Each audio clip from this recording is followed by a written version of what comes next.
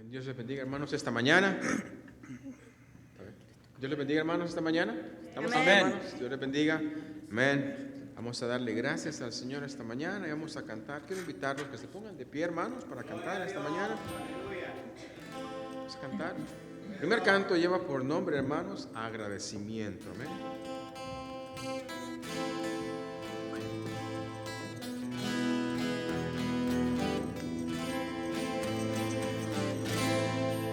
Meditar, Dios mío, en las cosas que me has dado. Mi corazón se inflama y lleno de emoción, que no encuentro palabras con que expresar mi Cristo. Agradecimiento de mi alma para ti. Cambiaste tú mi vida y me diste la esperanza. Y desde aquel momento mi alma recibió tan sublime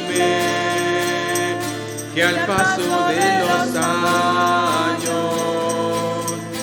ha sido cual la fuente de mi felicidad. Diga, agradecimiento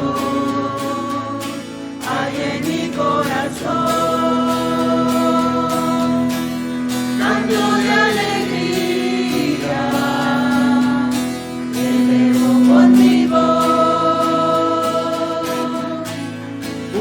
Son las cosas que mi Dios me ha dado y en agradecimiento le sirvo a mi Señor. Permite que mi vida yo ponga por servirte y dentro de mi alma presentes siempre estén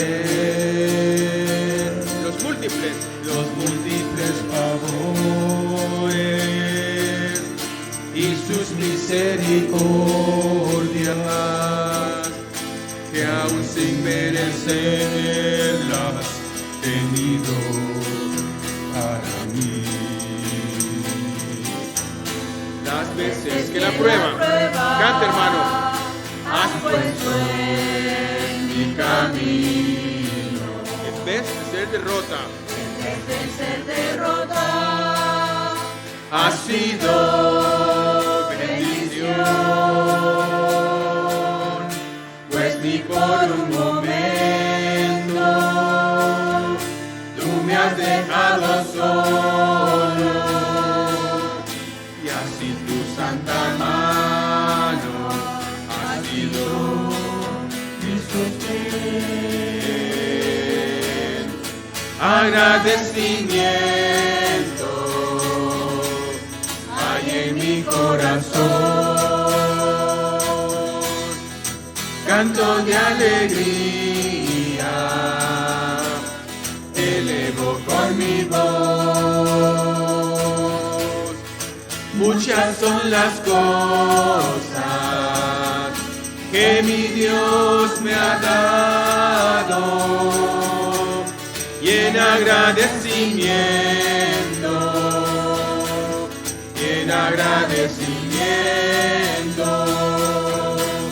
le sirvo a mi Señor.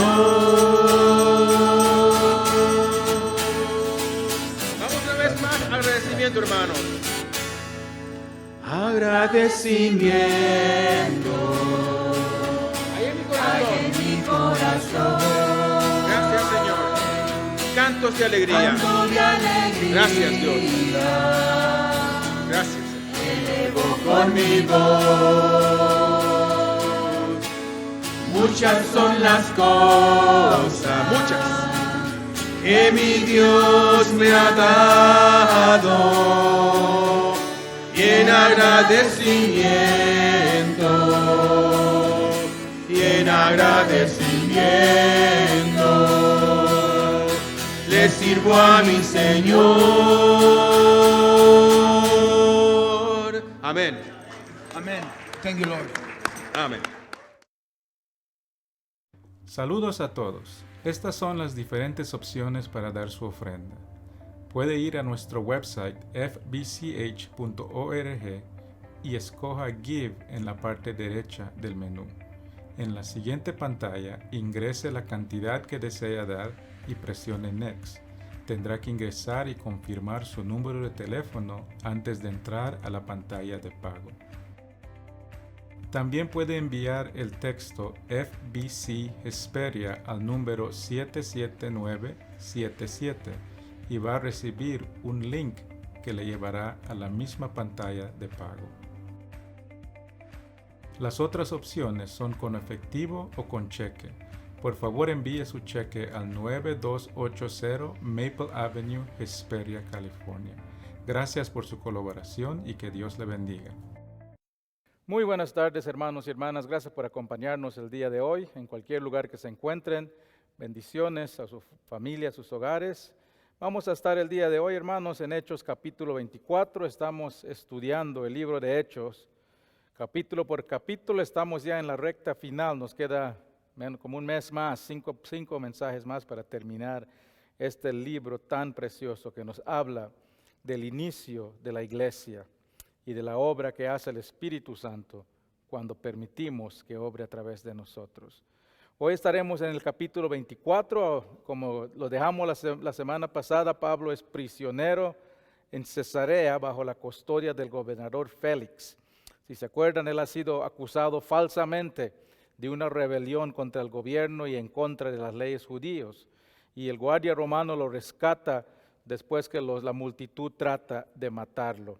Así que Pablo está en custodia de los romanos y se dan cuenta que hay un complot para matarlo, y a medianoche Pablo es enviado a Cesarea bajo la custodia del gobernador Félix, protegido por 470 romanos. Félix acuerda darle a Pablo un nuevo juicio, pero requiere que sus acusadores estén presentes. Y ahí estamos en el pasaje de hoy. Pablo está en juicio ante el gobernador Félix en Cesarea, y los líderes judíos han llegado a plantar sus acusaciones nuevamente. Pero en realidad, hermanos, lo que estamos viendo aquí es Pablo en juicio, pero lo que está en juicio es el cristianismo.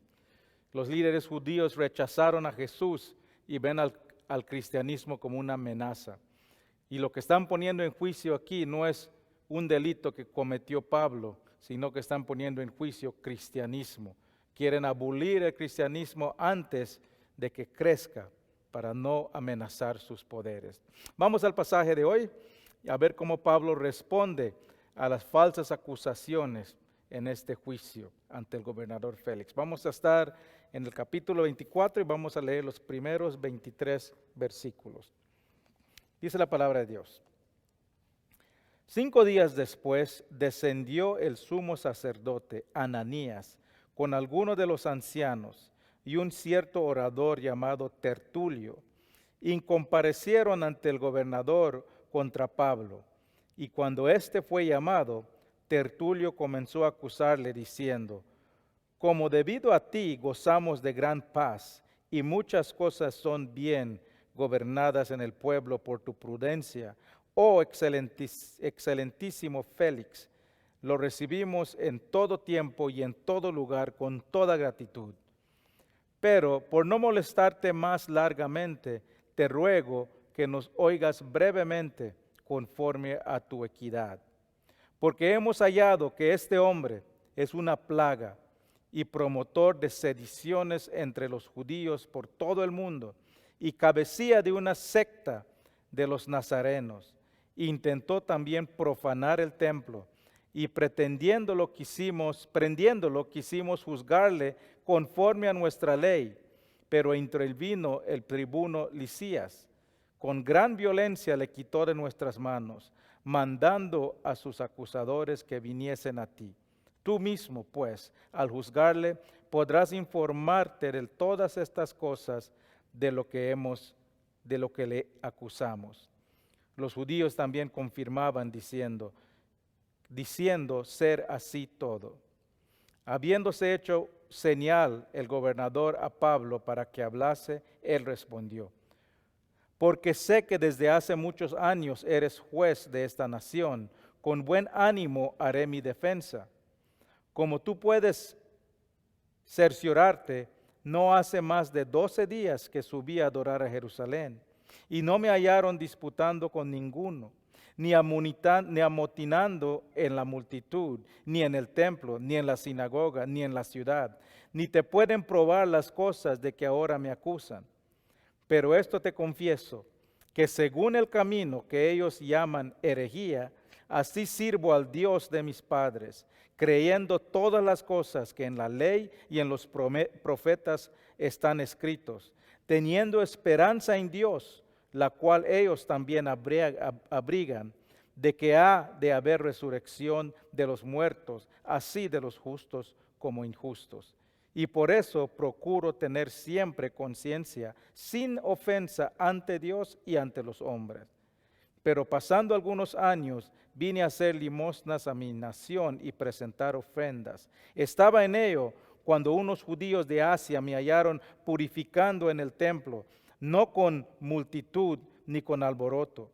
Ellos deberían compadecer ante ti y acusarme si contra mí tienen algo. O digan estos mismos si hallaron en mí alguna cosa mal hecha, cual comparecí ante el concilio. O no ser que estas entre ellos en alta voz acerca de la resurrección. De los muertos soy juzgados hoy por vosotros. Entonces Félix, oído estas cosas, estando bien informados de este camino, les aplazó, diciendo: cuando descendiera el tribuno Lisías, acabaré de conocer de vuestro asunto. Y mandó al centurión que se custodiese a Pablo, pero que le concediese alguna libertad, y que no impidiese a ninguno de los suyos servirle o venir a él. Padre Celestial, gracias te damos, Padre, por este día. Gracias por esta tarde que nos has dado para estar en tu palabra. Gracias, Padre, porque tu palabra siempre es perfecta. Te pido, Padre, que encontremos hoy en este pasaje esos tesoros para nuestras vidas, que podemos aplicar, que podemos llevar al mundo. Dame a mí, Padre, palabra que tú quieres que tu pueblo escuche.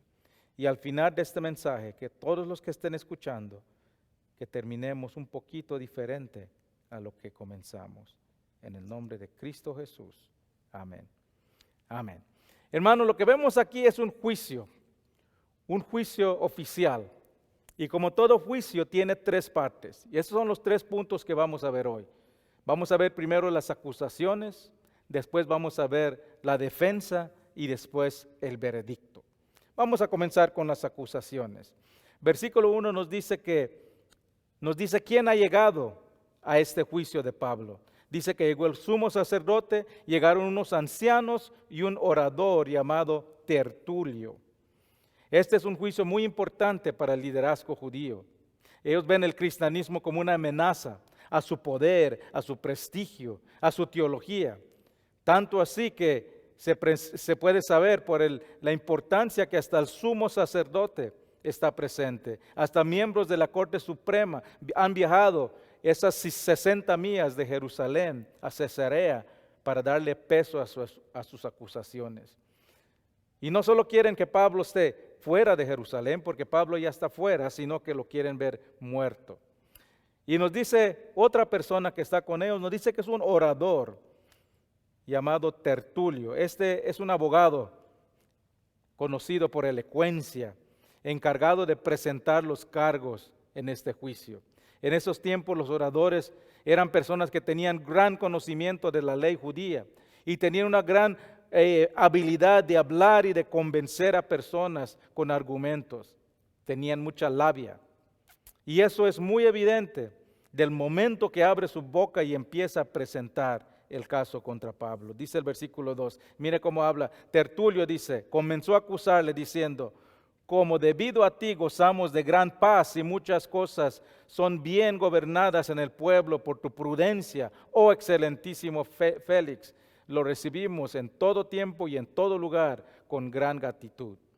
Cualquiera que escucharía eso diría, wow, qué gran hombre, qué gran varón es este Félix, es un varón prudente, es un varón de paz, es un varón que se le debe dar gratitud por lo que está haciendo. Se mira como un hombre noble, pacífico, prudente. Pero hermanos, la historia nos dice algo completamente diferente acerca del gobernador Félix. El historiano Tácito describe al gobernador de esta manera. Dice que era un maestro de crueldad y la lujuria que ejercía los poderes de un rey con el espíritu de un esclavo. Era un maestro de crueldad y la lujuria.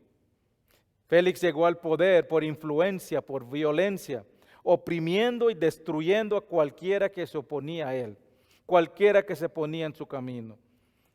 Tácito también dice que Félix pensaba que tenía derecho a hacer cualquier cosa sin impunidad. Hermanos, Félix no era amigo de los judíos. Él era un representante de Roma y oprimía a los judíos a todo costo. Había matado a miles de judíos. Inclusive había matado a un sumo sacerdote. Había permitido que los soldados entren a casas de los judíos y los saqueen. Ningún judío de esa época estaría de acuerdo con estas parábolas de Tertulio. Félix no era un hombre noble, no era un hombre prudente, no era un hombre pacífico, sino que era un hombre malvado, rudo, imprudente, inmoral. Entonces, ¿por qué le dice esas palabras Tertulio a Félix? Lo que vemos aquí son mentiras disfrazadas de halagos para ganar el favor de Félix. Hermanos, el halago deshonesto, que solo es para ganar el favor de otro, es pecado. ¿Por qué? Porque es mentira. Y la mentira es pecado. Cada vez que la Biblia habla o menciona halagos o adulación, no es de una manera positiva. Siempre se relaciona con el pecado, con la mentira. Dice Proverbios que los halagos son los primeros pasos para la inmoralidad. También dice que el sabio reconoce que la adulación insincera. ¿Por qué? Porque es una herramienta favorita de los falsos maestros. Los falsos maestros usan el halago para conquistar al pueblo, para ganar el favor del pueblo. Romanos 16, 17 y 18 dice, mas os ruego, hermanos, que os fijéis en los que causan divisiones y tropiezos en contra de la doctrina que vosotros habéis aprendido, y que os apartéis de ellos, porque tales personas no sirven a nuestro Señor Jesucristo, sino a sus propios vientres, y con suaves palabras y lisonjas, que son elogios, halagos, engañan los corazones de los ingenuos. Pablo le dice a los tesalonicenses que nunca llegué a ustedes con palabra y lisonjeras. ¿Por qué? Porque él no quería ser percibido como una persona que usa los halagos, la adulación para ganar el favor. Hermanos, el propósito del Evangelio no es hacer a las personas sentirse bien de sí mismo. Este es un mensaje muy común estos días. Hay muchas iglesias hoy en día que solo se tratan de hacer a las personas sentirse bien de ellos mismos, de lo que pueden lograr, de su potencial personal. Escucha sus sermones y suenan como una charla motivacional más que un mensaje del Evangelio. Y son muy populares esas iglesias, esos pastores, se llenan de miles, venden CDs, televisión, están por todas partes. Pero lo que predican no es nada parecido al mensaje que Jesús proclamó aquí en la tierra y que le dejó a la iglesia encargado de proclamar. Hermanos, un doctor que no ayuda al paciente si no le dice que está enfermo. Si le dice que todo está bien, sabiendo que el paciente está enfermo. Porque el paciente no va a poder tratar su enfermedad si no sabe que está enfermo. Un pecador que no reconoce su pecado no va a ver la necesidad de un Salvador. Nuestro mensaje no es un mensaje popular, pero es la verdad. Y lo debemos de hablar siempre con amor. Y muchas personas serán ofendidas. Muchas personas se ofenden por la verdad, se enojan, lo rechazan. Muchos hemos perdido amistades y amigos por hablar la verdad de Dios. Pero eso no nos debe de parar de hablar la verdad. No nos debemos preocupar por ofender a las personas con la verdad. Nos deberíamos preocupar porque sean engañados con la mentira. Ahora, eso no significa que no debemos complementar a las personas. No significa que no debemos de dar reconocimientos sinceros a las personas. Una palabra de ánimo, un complemento es bueno. Motiva a las personas. Ayuda a sentirse bien para seguir adelante. ¿Quién no se siente bien que le digan buen trabajo? Gracias por tu servicio, pero nuestros complementos siempre deben estar basados en la verdad. El hermano Néstor no le ayuda a la persona nueva del coro que viene a cantar y canta como la chimoltrufia, pero le dice que canta bonito. Eso no ayuda a la persona, porque no va a querer mejorar, va a seguir cantando como la chimoltrufia, pensando que está cantando bonito. Hermanos, y puede sonar bien chistoso, pero eso ocurre todo el tiempo. Porque en la iglesia hay tanta necesidad, hay tantos ministerios que necesitan ayuda y muchas veces ponemos a personas a servir porque son los únicos que están dispuestos a ayudar, a pesar de que no es el don de ellos para ese ministerio. Hermanos, eso no honra a Dios, porque no le estamos dando lo mejor que podemos. Y no todos, y Dios quiere que todos cumplan su función, el cual Él tiene, que todos trabajemos juntos. No debemos temer decir la verdad, debemos de decirlo siempre con amor, siempre con prudencia. Si es algo negativo que vamos a decir, hazlo en privado, no tienes que publicarlo a todo mundo. No usemos los halagos deshonestos para ganar el favor de otros. Eso es lo que estaba haciendo Tertulio. Y yo creo que Félix sabía que estas palabras eran solo halagos deshonestos. Él sabía que él no era amigo de los judíos. Y él sabía que ningún judío le daría esos elogios sinceramente. Sería como cuando un hijo que nunca llama a los padres, llama y empieza a decir palabras cariñosas. Lo primero que piensas es, algo quiere. Tertulio termina estos halagos deshonestos y mire cómo termina, dice, pero no por molestarte más largamente, te ruego que oigas brevemente conforme a tu equidad. Le está diciendo, no hay tiempo para tantos halagos que tenemos para ti. En realidad creo que ya no tenía nada más bueno que decir. Eso es como un pastor que dice, tengo tanto que decir acerca de este tema, pero no tengo tiempo. Esto significa que no tiene nada más que decir, porque un pastor nunca deja de hablar de un tema si tiene algo que decir. Dice, te ruego que oigas brevemente. Cuando alguien dice, te oigo que te voy a decir, voy a ser breve, casi nunca es breve. Dice, continuemos aquí, dice, veamos las acusaciones. ¿De qué está acusado Pablo? Hay 3 acusaciones que podemos ver aquí en el pasaje de hoy. Es acusado de sedición, de sectarismo y de sacrilegio. Vamos a ver la primero, sedición. ¿Qué es la sedición? La sedición es violación de la ley romana. Dice el versículo 5, porque hemos hallado en este hombre que este hombre es una plaga y promotor de sediciones entre todos los judíos por todo el mundo. ¿De qué están acusando a Pablo aquí? Le están acusando de insurrección contra el gobierno romano. Le están acusando de incitar al pueblo, de incitar alborotos, disturbios en contra de Roma. Y dice que lo hace en todo el mundo. Y lo que más temían los romanos era insurrecciones contra el gobierno. Este era el propósito principal de soldados, de gobernadores, de todo representante de Roma. Su objetivo principal era prevenir los disturbios, era apagar cualquier amenaza contra el gobierno, aunque sea con fuerza, aunque sea con violencia. Pablo no era un líder político. Él no intentaba incitar al pueblo, él no intentaba nada contra el gobierno. Hermanos, el cristianismo no es un movimiento político. Nuestra misión no es una revolución contra gobiernos. Al contrario, nos dice la palabra de Dios que debemos someternos a las autoridades y gobiernos. Romanos 13, 1 y 2 dice, sométase toda persona a las autoridades superiores, porque no hay autoridad sino de parte de Dios, y las que hay por Dios han sido establecidos. De modo que si se opone a la autoridad, a lo establecido por Dios resiste, y los que resisten acarrean condenación para sí mismo. Hermanos, Dios es el que establece los gobiernos. Él es el que ordena las autoridades. Esas personas están ahí gobernando porque Dios lo permitió. Debemos participar en el proceso electoral, debemos que votar, apoyar candidatos que promueven la verdad de Dios. Pero aunque esos candidatos no ganen, aunque perdamos las elecciones, debemos siempre someternos a los que están en autoridad, porque fue Dios que los puso ahí. La única excepción que nos dice la palabra de Dios es cuando las leyes del gobierno van en contra de las leyes de Dios.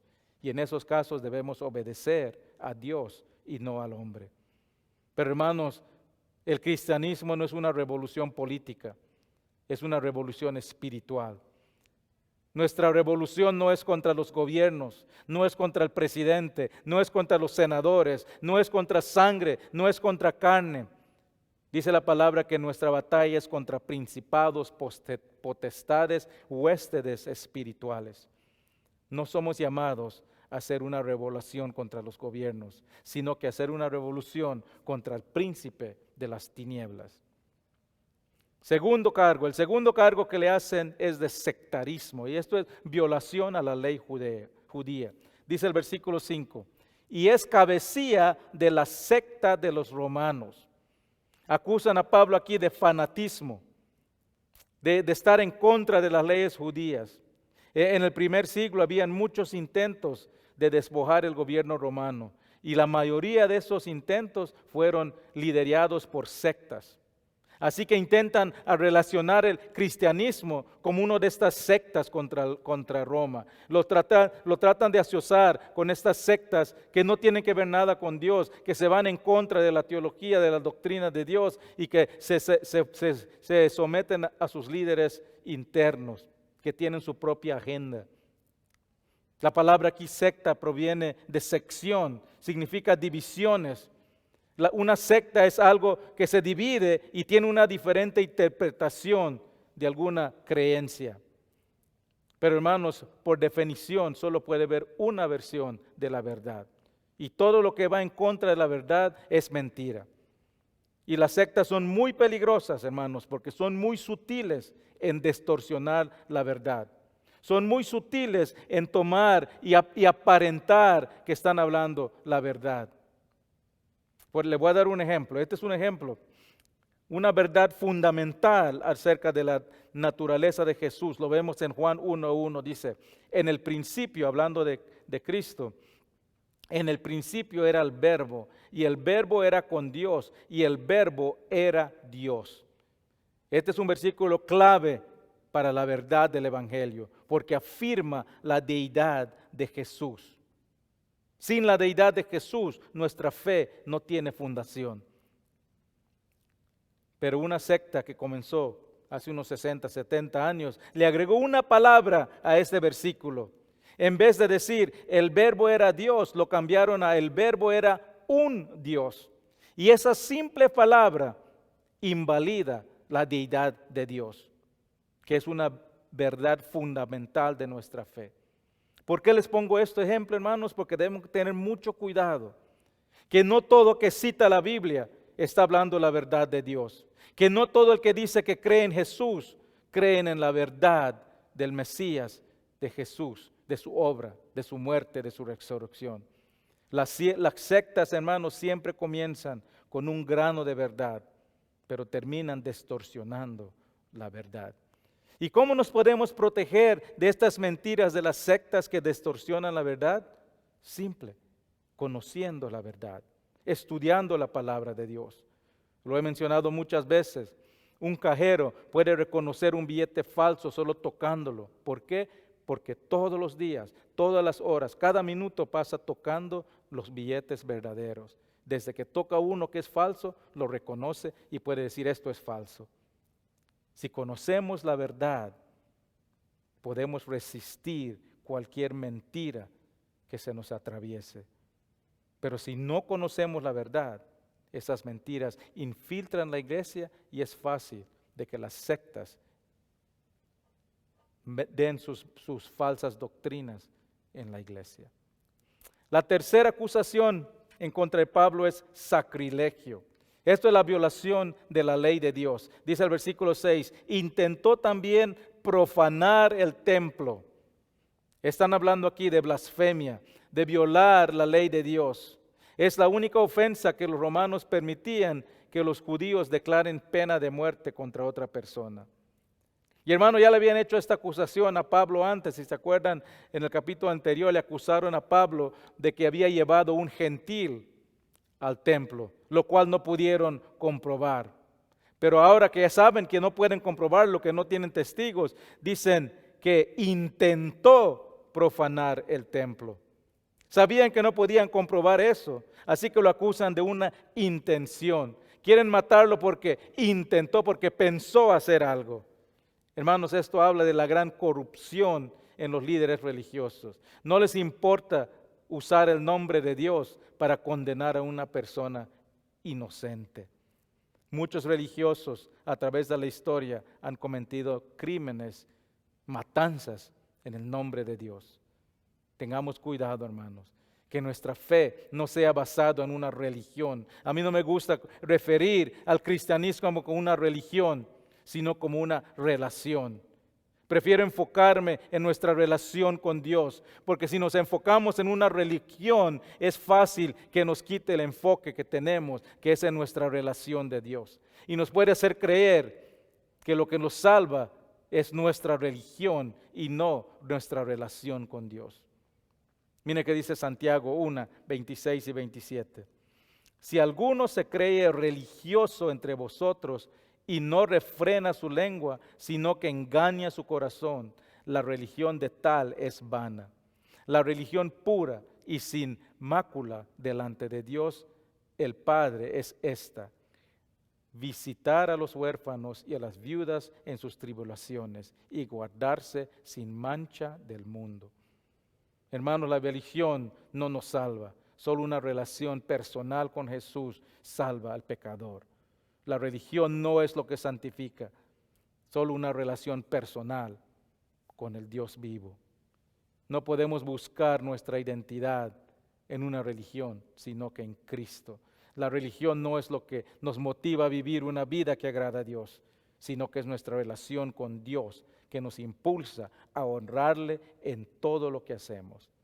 Hermano, cuando Jesús estaba en este mundo, sus críticas más severas fueron para los religiosos, no fueron para los pecadores, no fueron para los que robaban, no fueron para las prostitutas. Él cenaba con ellos, pero a los religiosos les llamaba tumbas blancas, blanqueadas, pero podridas por dentro. Tengamos cuidado, hermanos, de no aferrarnos a nuestra religión. Enfoquémonos en nuestra relación con Jesús.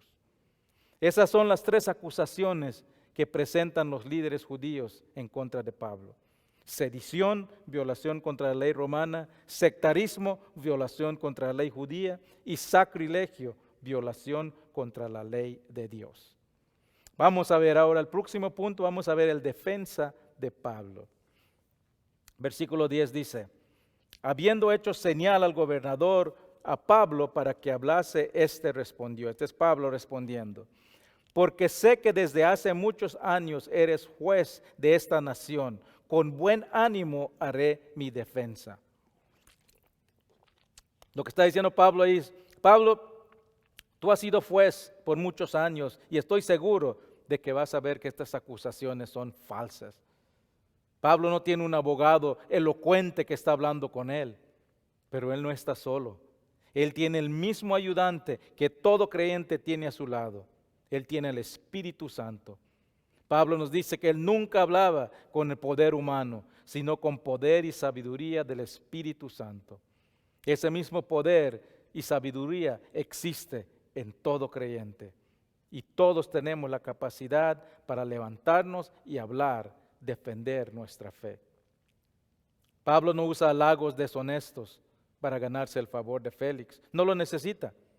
Mire que dice, con buen ánimo haré mi defensa. Literalmente está diciendo, con mucho gusto estoy defendiendo estas acusaciones. Él estaba contento de presentar su defensa. ¿Por qué? Porque sabían que eran falsas.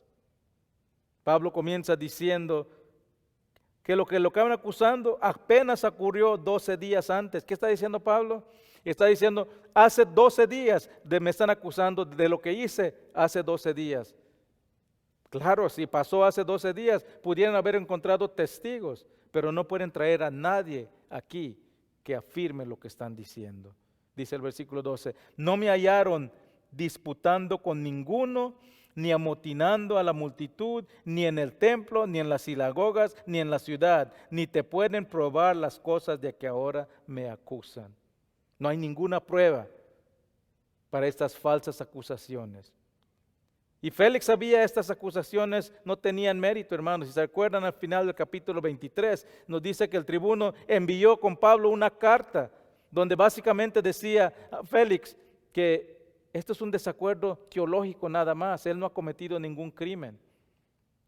Así que Pablo tiene todo a su lado, tiene la verdad a su lado. No hay ningún testigo, no hay ninguna prueba. Él podía solo terminar y decir, me están acusando falsamente, no tiene mérito, no lo pueden comprobar, no tienen testigos, no hay pruebas de lo que me están acusando. Es más, tu propio tribuno puede avalar de que no ha cometido ningún crimen. Y ahí terminaría el caso, no había ningún caso en contra Pablo, él estaría libre para salir. Pero habían 2 cargos más. Le están acusando de sectarismo y sacrilegio, de violar la ley judía, de violar la ley de Dios. Así que Pablo continúa a defenderse. Dice que él sabía que no era él el que estaba en juicio. Dice Pablo, me están poniendo a mí en juicio, pero quiero que les miren a ellos. Claro que los judíos lo querían ver muerto, pero eso no era algo personal. Ellos querían matar el cristianismo. El juicio aquí, hermanos, no era contra la verdad de Dios, era contra el evangelio de Jesús. El juicio aquí era contra la verdad de Dios, contra el evangelio de Dios. Así que Pablo continúa su defensa y dice, pero esto te confieso, que según el camino que ellos llaman herejía, así sirvo al Dios de mi Padre, creyendo todas las cosas en la ley y en las profetas escritas.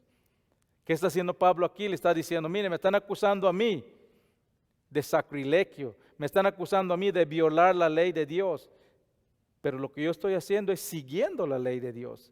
Es más, estoy siguiendo la misma ley que ellos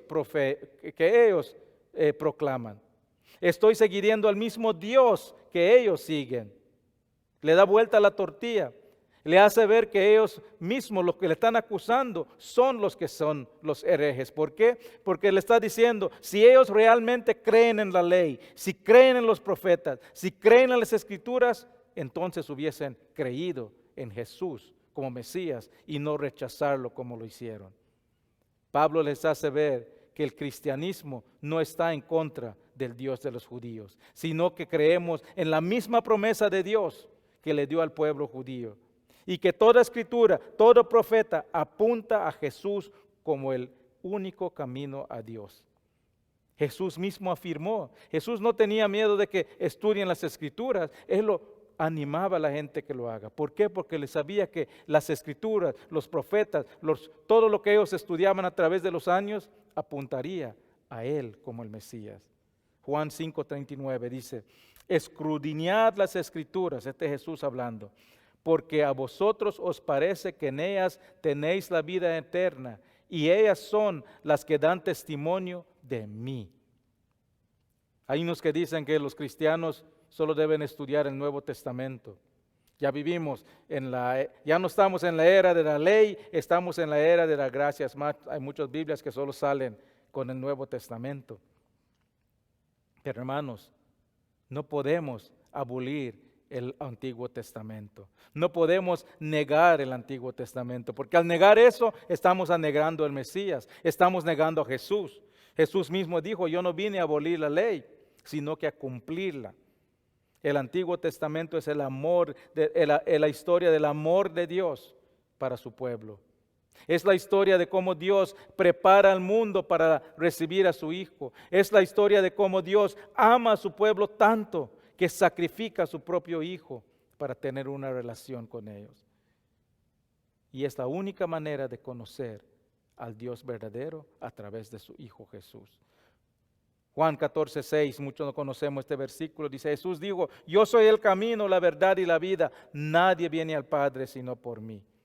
Esto habla de la exclusividad del Evangelio. Y esto es un tema, hermanos, que no es negociable. No debemos de avergonzarnos de predicar que Jesús es la única manera. Este mundo dice que eso es intolerante. Este mundo quiere que todas las iglesias sean lo mismo, que nos podemos reunir y llegar de acuerdo. Hermanos, le voy a ser honesto. No hay manera que podemos ponernos de acuerdo con otras religiones. No hay manera que nos podamos quedar de un mismo sentir con líderes de otra fe. ¿Por qué? Porque ellos piensan, creen algo distinto a la verdad. Muchas del mundo es lo que enseña al mundo, que Dios está en una montaña y hay muchas fes y maneras de poder llegar a Dios. Eso suena bonito, pero porque no ofende, hace que todos se sientan bien. Hay unas calcamonías que tienen los símbolos de todas las fes y dice, asumiendo todos podemos vivir juntos porque creemos en lo mismo. Hermanos, eso es una mentira. Solo hay una manera de llegar a Dios y eso es a través de su Hijo Jesús.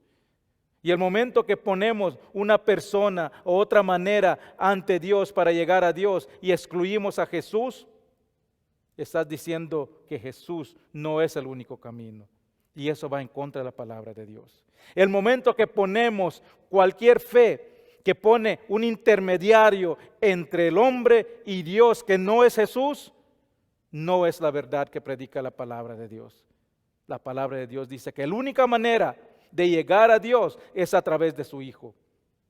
Cualquier otra manera, si vamos a través de cualquier otro líder religioso, cualquier santo, cualquier cosa, no es la verdad. Y no nos debe avergonzar, hermanos, de confesar a Jesús como el único camino, porque eso es lo que la palabra de Dios dice. Ahí lo dice claramente, yo soy el camino, yo soy la verdad, yo soy la vida. Y nadie llega al Padre sino por mí. Pablo no se avergonzó de esto. Él confesó su defensa, que Jesús era el único camino.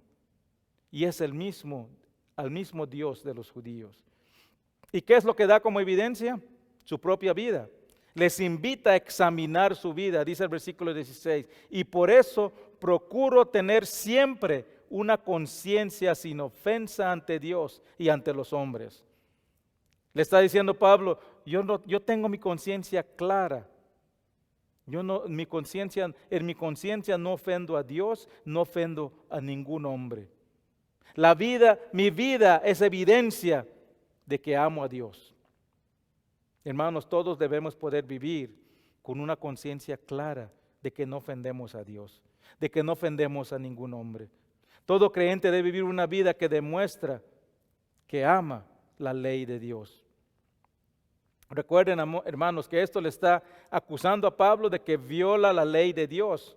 Por eso responde, dice, mi conciencia está clara que no he ofendido a Dios ni al hombre. ¿Qué tiene que ver eso con la ley?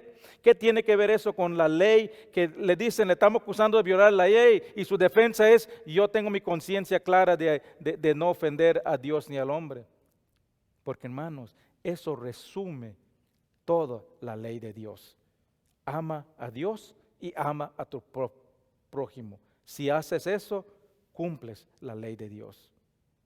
Todo lo que él hacía, lo hacía por amor a Dios y porque amaba a su prójimo. Y eso, hermano, resume la ley. Cuando Jesús le estaban tratando de atrapar, le preguntan, ¿cuál es el gran mandamiento de la ley? Mateo 22, 36 al 40, le preguntan los fariseos, ¿cuál es el gran mandamiento de la ley? Le preguntan, ¿cuál es el mejor? Para que Jesús mencione uno y le digan, ay, ¿qué tal los demás? Pero mire que Jesús responde, amarás al Señor tu Dios con todo tu corazón y con toda tu alma y con toda tu mente. Ese es el primer y grande mandamiento. Amas a Dios. Y el segundo es semejante. Amarás a tu prójimo como a ti mismo. De estos dos mandamientos depende de toda la ley de los profetas. Si amas a Dios, vas a cumplir los primeros 4 mandamientos. Si amas a tu prójimo, vas a cumplir los últimos 6 mandamientos. Le acusan a Pablo de violar la ley de Dios y él responde, yo amo a Dios y amo a mi prójimo. Esa es la mejor defensa ante una acusación que no amamos la ley de Dios. Hermanos, ¿demuestra nuestras vidas que amamos a Dios? ¿Demuestra nuestras vidas que amamos a nuestro prójimo? ¿Estaríamos dispuestos a que nos examinen nuestras vidas? ¿Estaríamos dispuestos a poner nuestras vidas como nuestra defensa? Es una pregunta que todos nos debemos hacer. Y eso nos lleva al último punto. Ya vimos la acusación, ya vimos la defensa, ahora veamos el veredicto. Dice el versículo 22. Entonces Félix, oído estas cosas, estado bien informado de este camino que los cristianos, les aplazó diciendo, cuando descendiere el tribuno Lisías, acabaré de conocer de vuestro asunto.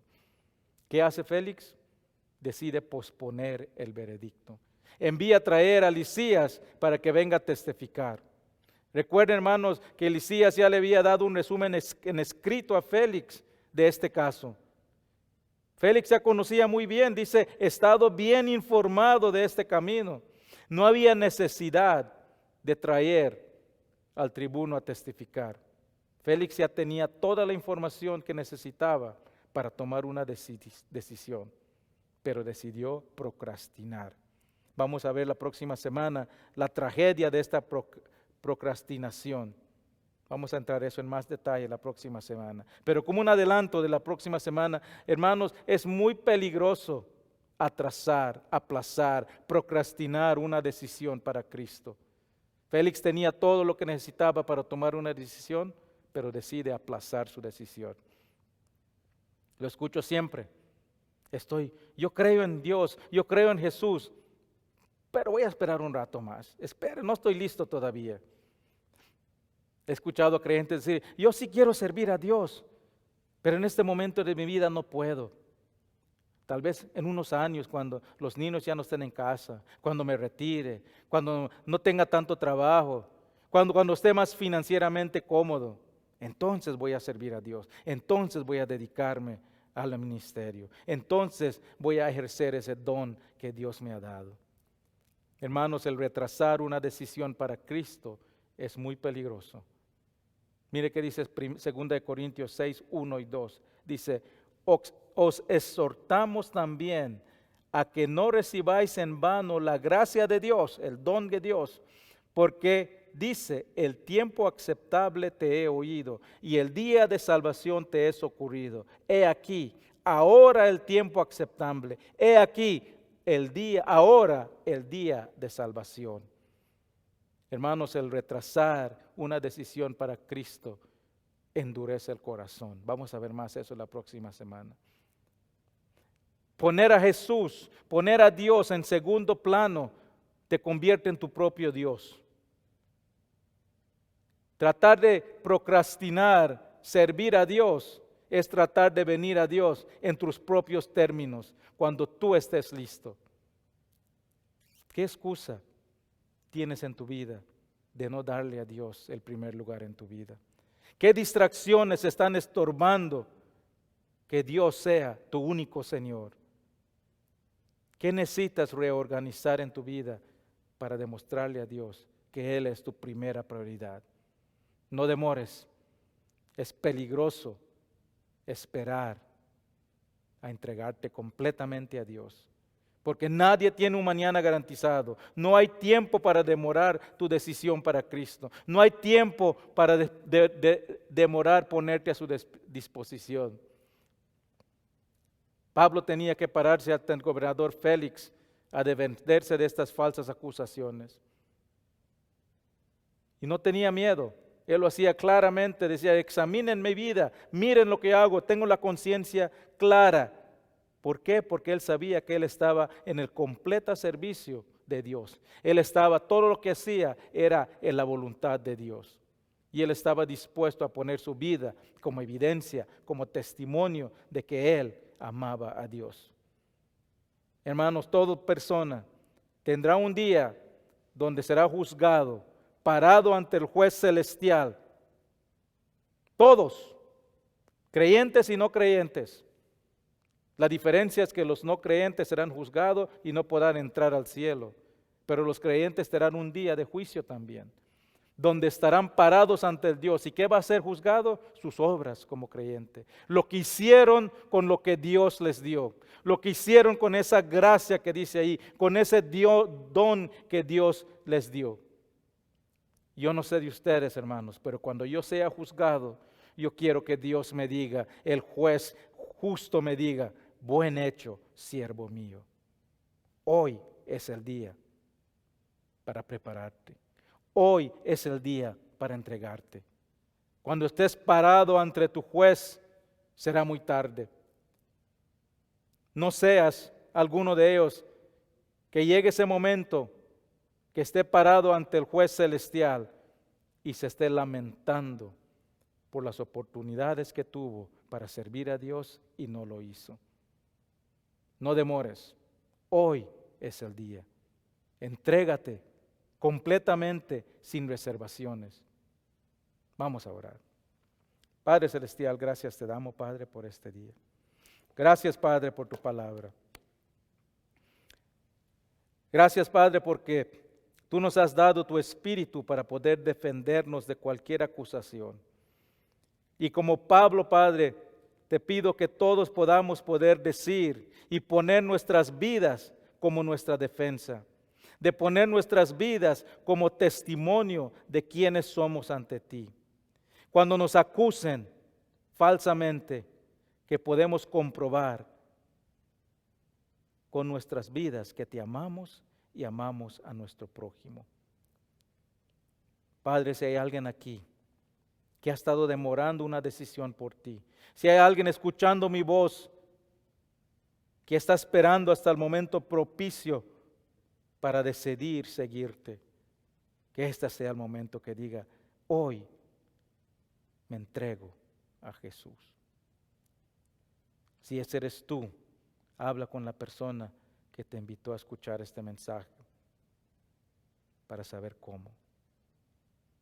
Y Padre, para nosotros que hemos conocido la salvación, pero no estamos sirviendo, para aquellos que no están sirviendo, que no tienen a Dios como tu primer lugar, que están demorando su entrega total, están procrastinando, están retrasando, Padre, que reconozcan que hoy es el día que se entreguen y te hagan en primer lugar en sus vidas y demostrar al mundo que su prioridad eres tú.